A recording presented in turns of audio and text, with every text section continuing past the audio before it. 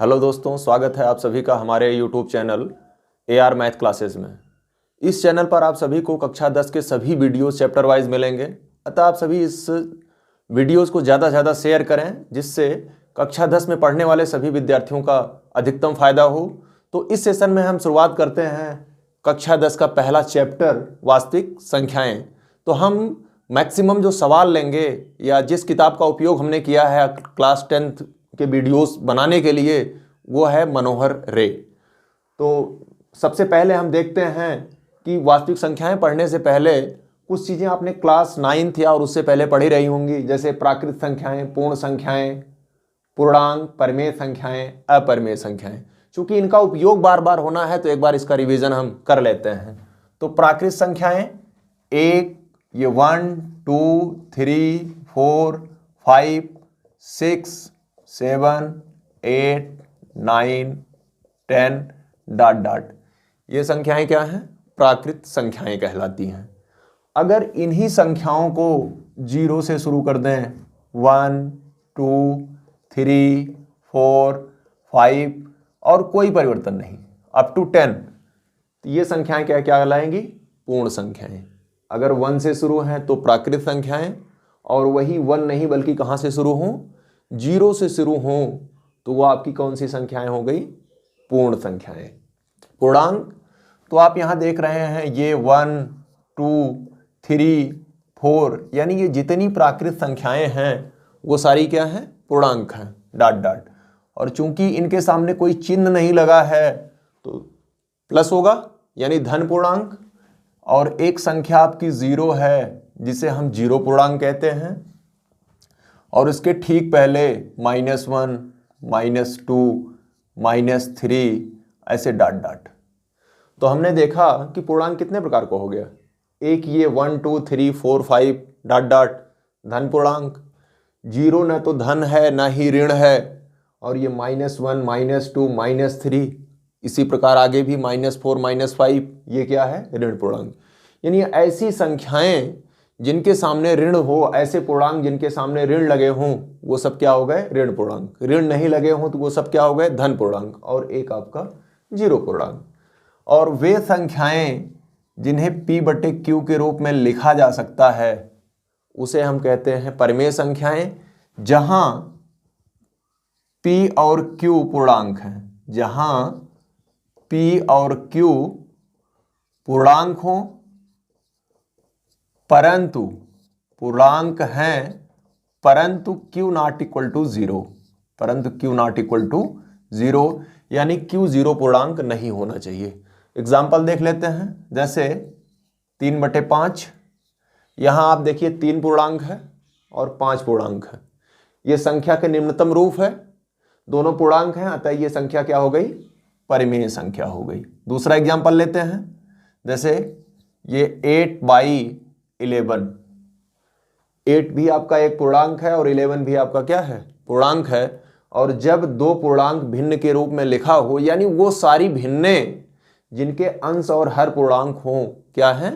परिमेय संख्याएं हैं।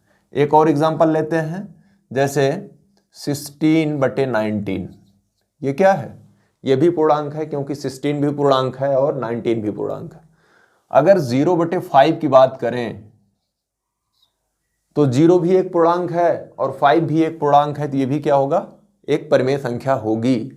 परंतु अगर इसी को पलट दें, यानी 5/0 कर दें, यहां देखिए इसको हम 5/0 कर दें, तो जो परिभाषा है कि संख्या को P/Q के रूप में तो लिखा जाए, जहां PQ पूर्णांक है, 5 भी पूर्णांक है, 0 भी पूर्णांक है, परंतु Q नॉट इक्वल टू 0, यानी हर 0 पूर्णांक नहीं होना चाहिए।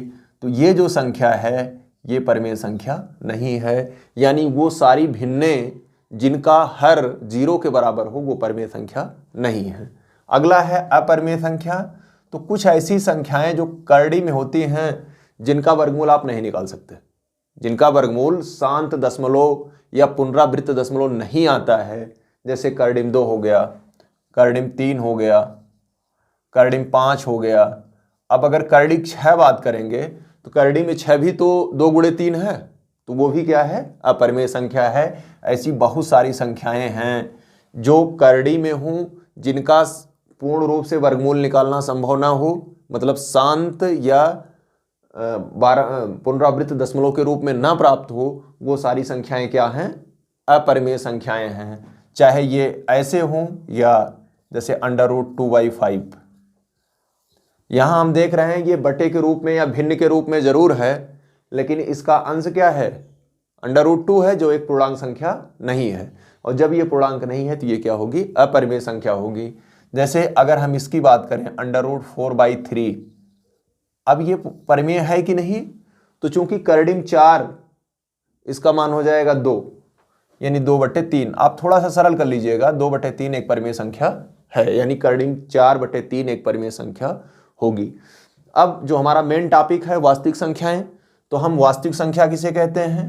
तो वो संख्याएं, इसमें देखिए आपने परिमेय पढ़ा और अपरिमेय संख्याएं पढ़ा, तो जब परिमेय संख्याएं और अपरिमेय संख्याओं को आप मिला लें, एक साथ ले लें, तो वही क्या है? वास्तविक संख्याएं कहलाती हैं। यानी परिमेय और अपरिमेय संख्याओं को ही हम क्या कहते हैं? वास्तविक संख्या कहते हैं। या यूं कह लें कि परिमेय संख्याओं के समुच्चय और अपरिमेय संख्याओं का समुच्चय वास्तविक संख्याओं का समुच्चय कहलाता है।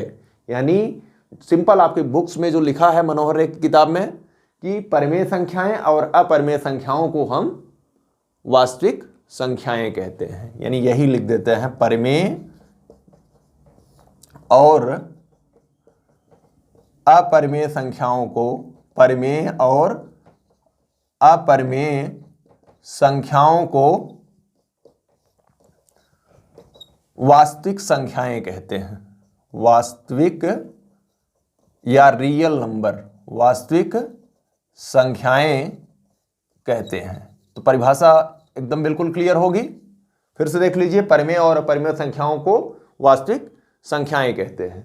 तो अब देखिए वास्तविक संख्या में क्या क्या आ गई? परिमेय संख्या आ गई और अपरिमेय संख्या आ गई। अब परिमेय संख्या में क्या क्या आती है? जितने सारे पूर्णांक हैं, जितने सारे पूर्ण संख्याएं हैं या प्राकृत संख्याएं हैं, वो परिमेय संख्याएं हैं। जितनी आपकी भिन्ने हैं, चाहे वो 1/2 हो, चाहे 5/6 हो, ये सारी भिन्ने भी क्या है? परिमेय संख्याएं हैं। और जिसमें करड़िम 2, करड़िम 3, करड़िम 5 या करड़िम 6, इस टाइप की संख्याएं भी आपकी क्या है? परिमेय और अपरिमेय संख्याएं हैं। तो उम्मीद करता हूं कि ये सारी चीजें आपको क्लियर हो गई होंगी।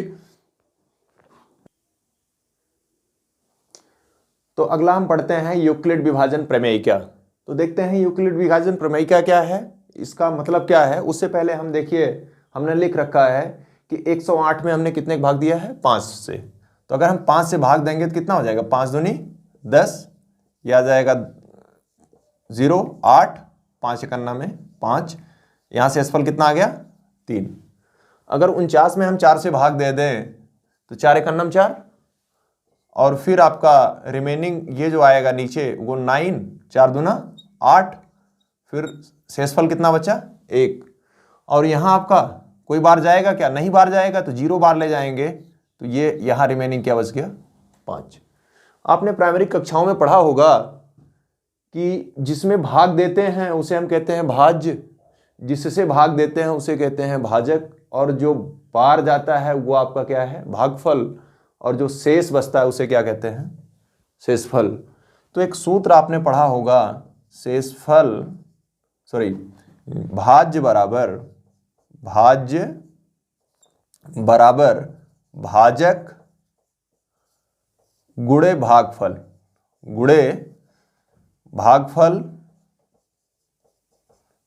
धन शेषफल।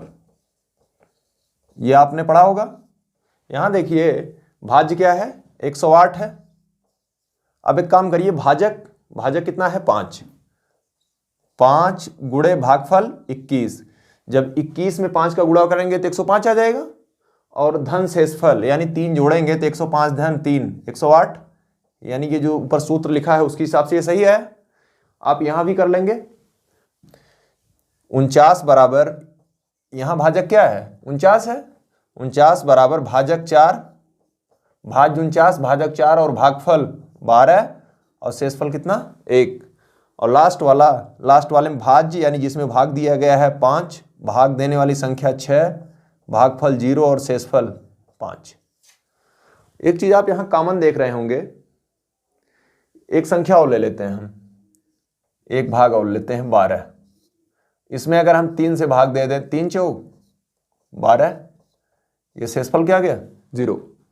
तो आप ध्यान दीजिए, यहां 5 से भाग दिया तो 3 शेष बचा, यानी भाग देने पर शेष जो है वो भाजक से कम आया।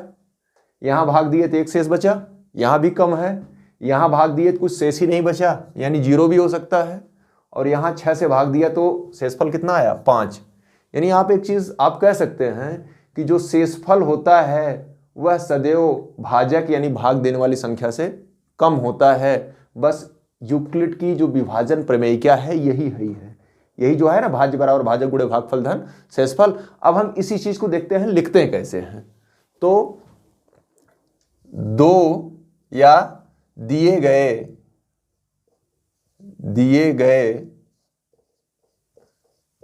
धन पूर्णांक, दिए गए धन पूर्णांक ए और बी, ये आपके 2 धन पूर्णांक हैं। कौन कौन से, ए और बी के लिए, या ए और बी हों, दिए गए धन पूर्णांक ए और बी हों, यदि अद्वितीय मतलब जिसके समान दूसरा कोई ना हो, अद्वितीय पूर्णांक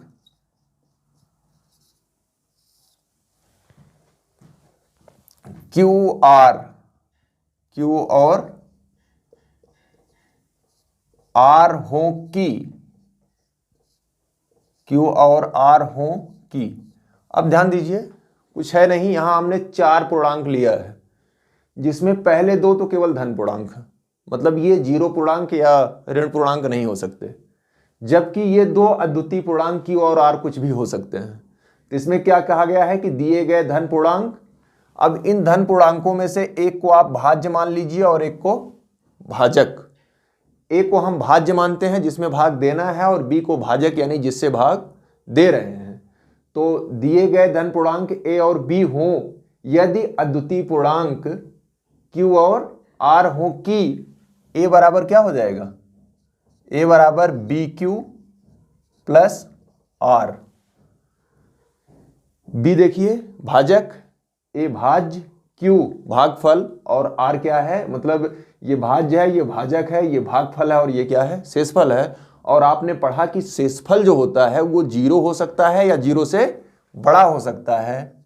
जहां आप लिखिएगा, जहां आर 0 या 0 से बड़ा है परंतु भाजक यानी बी से छोटा है, यानी यही आ गया आपका क्या, भाज्य बराबर भाजक गुणे भागफल, भाज्य बराबर भाजक गुणे भागफल धन शेषफल। यही आपका क्या है, यूक्लिड विभाजन प्रमेय क्या है। आई होप ये क्लियर हो गया होगा कि दिए गए धन पूर्णांक ए बी हों यदि अद्वितीय पूर्णांक क्यू आर हो कि ए बराबर बी क्यू प्लस आर। आपको मेनली ए बी धन पूर्णांक याद करना है, क्यू आर और 2 अद्वितीय पूर्णांक हों, उसके लिए ये भाज्य बराबर भाजक गुणे भागफल धन शेषफल, जहां शेषफल जो होगा वो 0 या 0 से बड़ा होगा लेकिन भाजक से छोटा होगा। यही आपका क्या है, यूक्लिड विभाजन प्रमेय क्या है। इस पर हम कुछ सवाल देखते हैं। यहां देखिए 130 और 280 का मैस है, यूक्लिड विभाजन एल्गोरिथम द्वारा ज्ञात करो। नहीं, आपको मैस है ज्ञात करना है तो पहले आप 2 मिनट देख लीजिए कि मैस है क्या है। जैसे 2 संख्याएं दी गई हैं, ये एक संख्या है 12 और एक संख्या है 16। मैस जो होता है उसको पिछली कक्षाओं में आपने पढ़ा होगा, महत्तम समापवर्तक, यानी वह बड़ी से बड़ी संख्या जो दोनों संख्याओं को विभाजित कर दे। जैसे 12 है और 16 है, इनका मैस जो होता है, एक तरीका तो ये होता है कि इनका गुणनखंड कर लेते हैं। जैसे 12 का 2 गुणे 2 गुणे 3 हो जाएगा, और ये 2 गुणे 2 गुणे 2 गुणे, इनका जब मैस ज्ञात करना होता है जो संख्याएं कॉमन होती हैं उसको लिख लेते हैं मैस है। और ये 2 यानी 2 दूना क्या हो जाएगा 4, यानी मसा क्या है कि वह बड़ी से बड़ी संख्या है जो दी गई दोनों संख्याओं को विभाजित कर दे, वही क्या है, उसी को हम मसा या महत्तम समापवर्तक, चाहे हाईएस्ट कॉमन फैक्टर, जो भी आप कह लें, चाहे महत्तम समापवर्तक कहिए, चाहे शार्ट में आप मसा कहिए, चाहे हाईएस्ट कॉमन फैक्टर कहिए या HCF कहिए। तो अब इन दो संख्याओं का क्या ज्ञात करना है, HCF या महत्तम समापवर्तक या मसा ज्ञात करना है। तो आप पहले देखिए कि दोनों संख्याओं में बड़ी कौन है, 280 बड़ी है या 230? 280 बड़ी है। तो अब क्या करते हैं कि दोनों संख्याओं में से जो बड़ी होती है उसको हम कर लेते हैं भाज्य, और दूसरी संख्या क्या हो जाती है, भाजक। तो 280 हो जाएगी भाज्य और 130 हो जाएगी भाजक। अब आप भाग दे लीजिए तो बार कितना जाएगा, 1। 130 ये हो जाएगा 0, ये हो जाएगा 5, कटा नहीं, शेष बच गया। जो शेष बचता है अब उससे भाग देंगे, किस में भाग देंगे, भाजक में, यानी 130 में आप 50 से भाग देंगे। तो 50 दूना 100, भागफल क्या गया, बहुत मतलब नहीं है। ठीक, अब फिर क्या शेष बचा, फिर 30 बच गया। फिर से आप वही प्रक्रिया, अब की बार 30 शेष बचा तो अब की बार 30 से भाग देंगे। किस में भाग देंगे, इससे जस्ट पहले जिससे भाग आपने दिया था। तो यहां क्या आ गया 50, तो 30 से करना में 30 क्या बार जाएगा, एक बार गया, और शेष कितना आ गया 20। फिर कितना क्या करेंगे आप, अब की बार 30 से 20 से भाग दीजिएगा 30 में, तो 20 से करना में 20, कितना शेष बचा 0, 1, 10 बच गया। अब की बार 10 से भाग देंगे किस में, 20 में, तो क्या गया 10 दूना 20, कैंसिल। तो इस प्रकार इसका जो मसा आएगा वो कितना आएगा 10, यानी 10 ही वो बड़ी संख्या है। ठीक है ना, देख लेते हैं एक बार कहीं गलत तो नहीं हुआ। 130 से भाग देंगे तो एक बार जाएगा, क्या आएगा 50। 130 में जब 50 से भाग देंगे 2 बार जाएगा, 30 आएगा। 30 से भाग देंगे, ठीक, तो 20 आएगा, फिर 30 में भाग देंगे, नहीं, ठीक है। ये जो 10 बड़ी से बड़ी संख्या है जो दोनों संख्याओं को काट सकती है। ठीक, तो आई होप ये आपका क्लियर हुआ होगा। इस प्रकार से जितने सवाल आपको दिए गए हों कि जिसमें दो संख्याएं दी गई हों, आपको मसा यूक्लिड विभाजन एल्गोरिथम से ज्ञात करना है, तो आप सबसे पहले आप बड़ी संख्या निकालिएगा, बड़ी संख्या में छोटी संख्या से भाग दे दीजिएगा, जो शेष आता है उससे अब छोटी संख्या में भाग दीजिएगा, फिर जो शेष आता है जिससे भाग देते हैं, ये जो संख्या भाग देने पे काट दे, जैसे 10 ने काटा भी इसको, शेष 0 आया, तो यही जो संख्या जिससे भाग देने पर कट जाता है वही क्या होता है, मसा होता है। ठीक है, इसका चाहते तो आप मसा गुणनखंड विधि से भी निकाल लेते। अगर गुणनखंड विधि से निकालना होता तो वो आपने पिछली कक्षाओं में पढ़ा होगा कि 130 का गुणनखंड करेंगे। 130 का गुणनखंड क्या होगा, 2 × 5 × 13, और 280 का गुणनखंड क्या होगा, 2, ऐसे आप ज्ञात कर लीजिए 280 का, यहां से 2 × 9 2 चौकाट, फिर 2 से, फिर 7, फिर 2 से, ये हो जाएगा 35, फिर 5, फिर क्या 7। इस प्रकार ये गुणनखंड आ गया, 2 × 2 × 2 × 5 × 7। अगर यहाँ मसा की बात करें तो जो कॉमन हो, कॉमन एक 2 है और एक क्या है 5 दोनों में है, तब भी आपका उत्तर कितना आएगा 10। लेकिन फिलहाल आपको गुणनखंड विधि से नहीं लगाना है। तो एक आध सवाल और देखते हैं। निम्नलिखित संख्याओं का HCF ज्ञात करने के लिए यूक्लिड विभाजन एल्गोरिथम का प्रयोग करिए। ये प्रश्नावली 1A का पहला सवाल है और इसमें 3 पार्ट दिए गए हैं, तो हम कोई 2 पार्ट देख लेते हैं और उम्मीद करते हैं कि फिर इसी आधार पे बाकी सवाल आप लगा लेंगे। तो आप पहला देखते हैं A 135 और 225। तो 135 और 225 में जब इसको आप हल करते हैं, ये आप सलूशन इसका निकालते हैं, फिर क्या होगा, 135 और 225 में बड़ा कौन है, 125 छोटा है और 225 बड़ा है। जिस तरफ ये नुकीला भाग हो दो वाला, वो बड़ा होगा और दूसरा वाला क्या होगा, छोटा। तो अब क्या करते हैं हम, जो बड़ा होता है उसमें हम क्या करते हैं, भाग देते हैं। किससे भाग देते हैं, सॉरी वहां 135 है, हमने 125 लिख दिया था। ये 135 और 225 में बड़ा कौन है, 225 बड़ा है और 135 क्या है, छोटा है। अब आप भाग दीजिएगा कितना बार जाएगा? एक बार जाएगा 135, क्योंकि 135 गुना 270 होता है। ये क्या आएगा? 5 में से 5 जाएगा 0 और एक उधार जाएगा, ये आ जाएगा 90।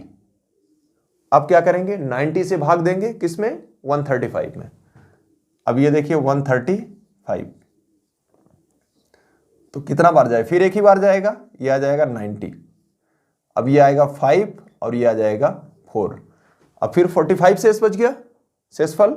अब 45 से भाग देंगे 90 में, और अब की बार 45 दूना 90, कट गया। हमने आपको बताया था कि आप भाग देंगे, जिसके भाग देने से शेषफल शून्य आ जाए वही उसका मास है, या HCF हाईएस्ट कॉमन फैक्टर क्या होगा? 45।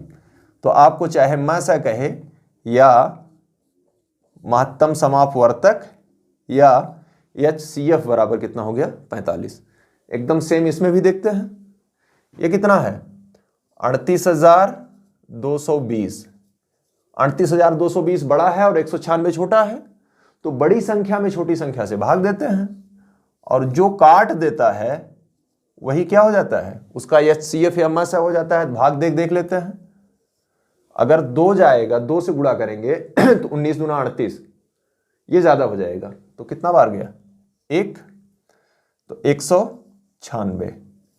यहां 12 में से 6 गए 2, 12 में से आप 6 घटाएंगे 2 जाएगा।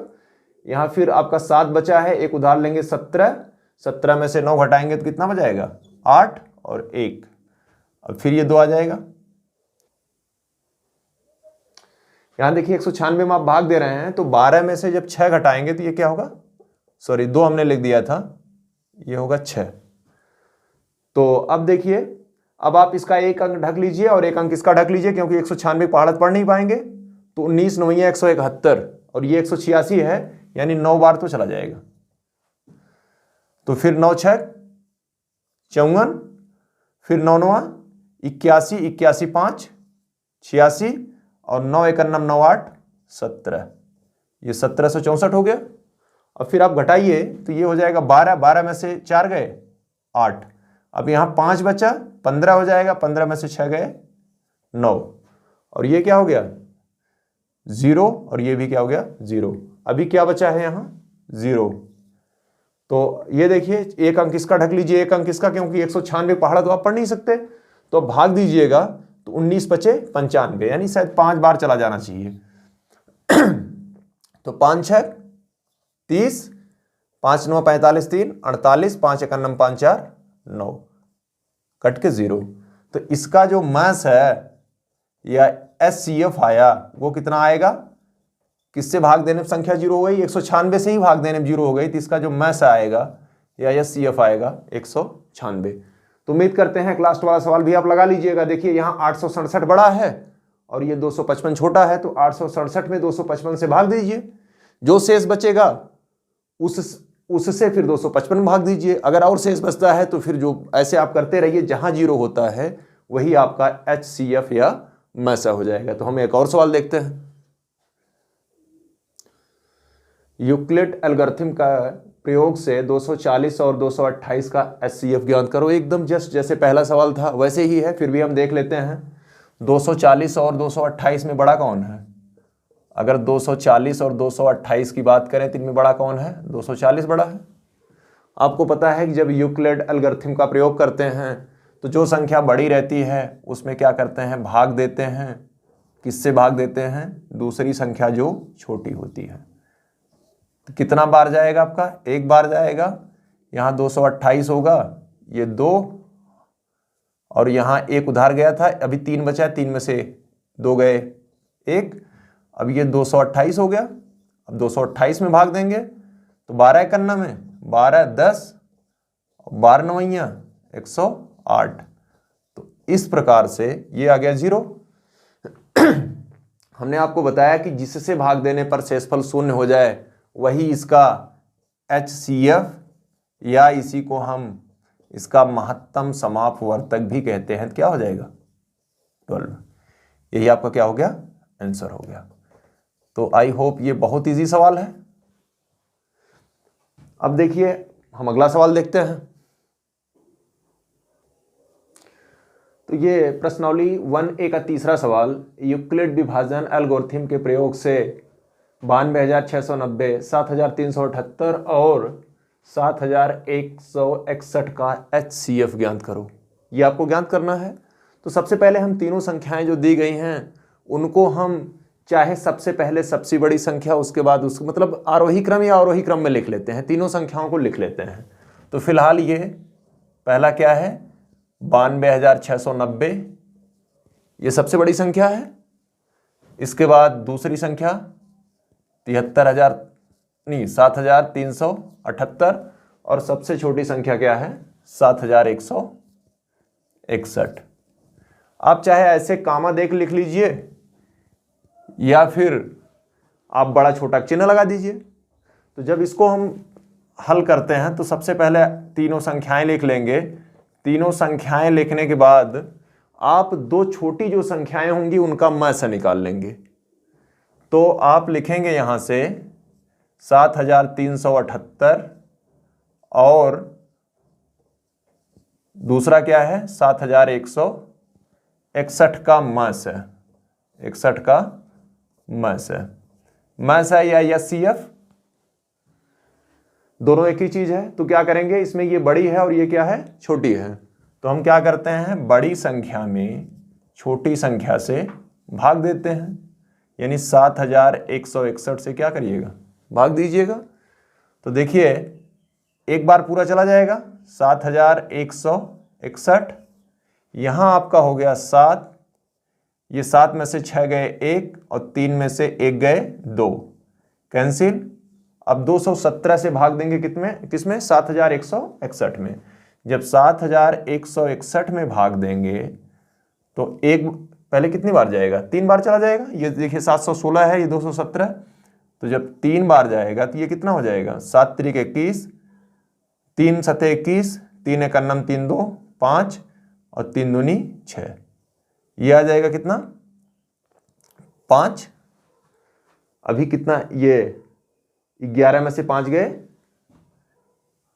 6 आ जाएगा और ये फिर एक और उतारेंगे, 651 हो जाएगा। अब देखिए फिर 3 बार ले जाइए, जब 3 बार ले जाइएगा तो 651 ही आएगा, कट के आ जाएगा 0। तो इस प्रकार जब हमने 217 से भाग दिया, शेषफल क्या आ गया 0। तो यहां HCF या मध्य बराबर कितना आ गया, 217। लेकिन ये ध्यान दीजिए कि ये जो HCF या मध्य आया है वो सिर्फ इन दोनों संख्याओं का आया है।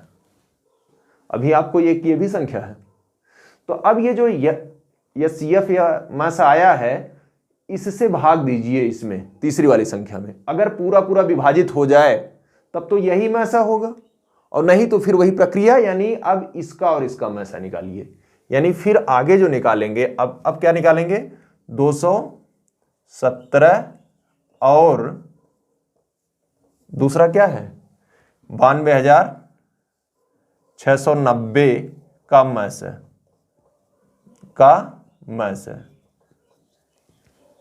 तो जब इसका मध्य निकालते हैं तो हम इसको इधर लिखते हैं।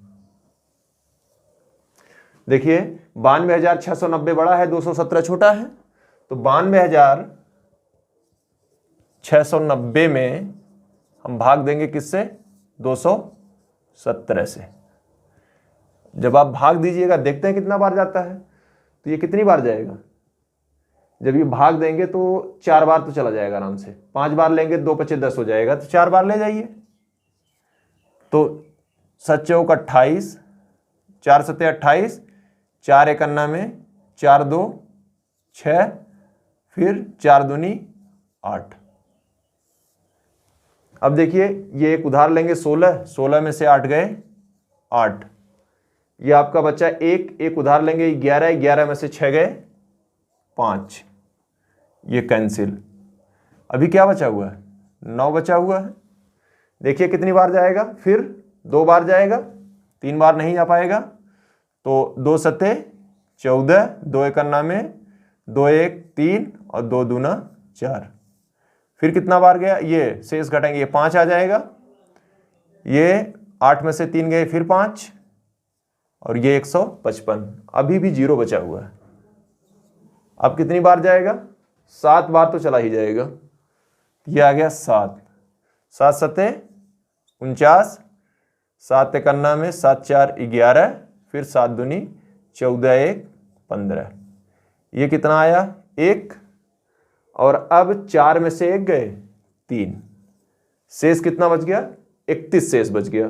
अब क्या करेंगे? जो शेष बचता है उससे भाग देते हैं किसमें? भाजक में। तो 217 भाग देंगे, कितना बार जाएगा? 7 बार जाएगा। 7 एकन्नम 7, 7 तिरिक 21। तो इस प्रकार ये कैंसिल हो गया। तो अब जो HCF आया, HCF या मास है, ये बराबर कितने का आया? कितना आ गया? 31। तो इस प्रकार यही क्या है आपका आंसर। तो इस प्रकार ये 3 संख्याओं का HCF आई होप आपको समझ में आ गया होगा। एकदम बेहद सिंपल है। अगर आपको इसके पहले का सवाल आया है तो 3 संख्याएं दी हैं, तो पहले 2 छोटी संख्याओं का HCF निकाल लीजिए। और मोस्ट प्रोबेबली होता है, ज्यादातर संभावना यही होती है कि 2 छोटी संख्याओं का जो HCF आता है वही तीनों संख्याओं का HCF आता है। लेकिन हम इसी सवाल में देख लिए कि ऐसा नहीं है, कोई जरूरी नहीं है। तो हमने 2 संख्याओं का HCF निकाला, कितना आया? 217 आया। अब 217 और जो बची हुई तीसरी संख्या है उसका HCF निकालिए, और उसका जो HCF आएगा वही तीनों संख्याओं का क्या होगा? HCF होगा। इस प्रकार अब तक हमने कुछ एक एग्जाम्पल और 2-3 सवाल देखे। आप वीडियो को देखिए और जितने भी सवाल हो सके अपने से प्रैक्टिस कीजिए। शेष जो एग्जाम्पल्स और सवाल हैं उसको हम अगले वीडियो में कंटिन्यू करेंगे।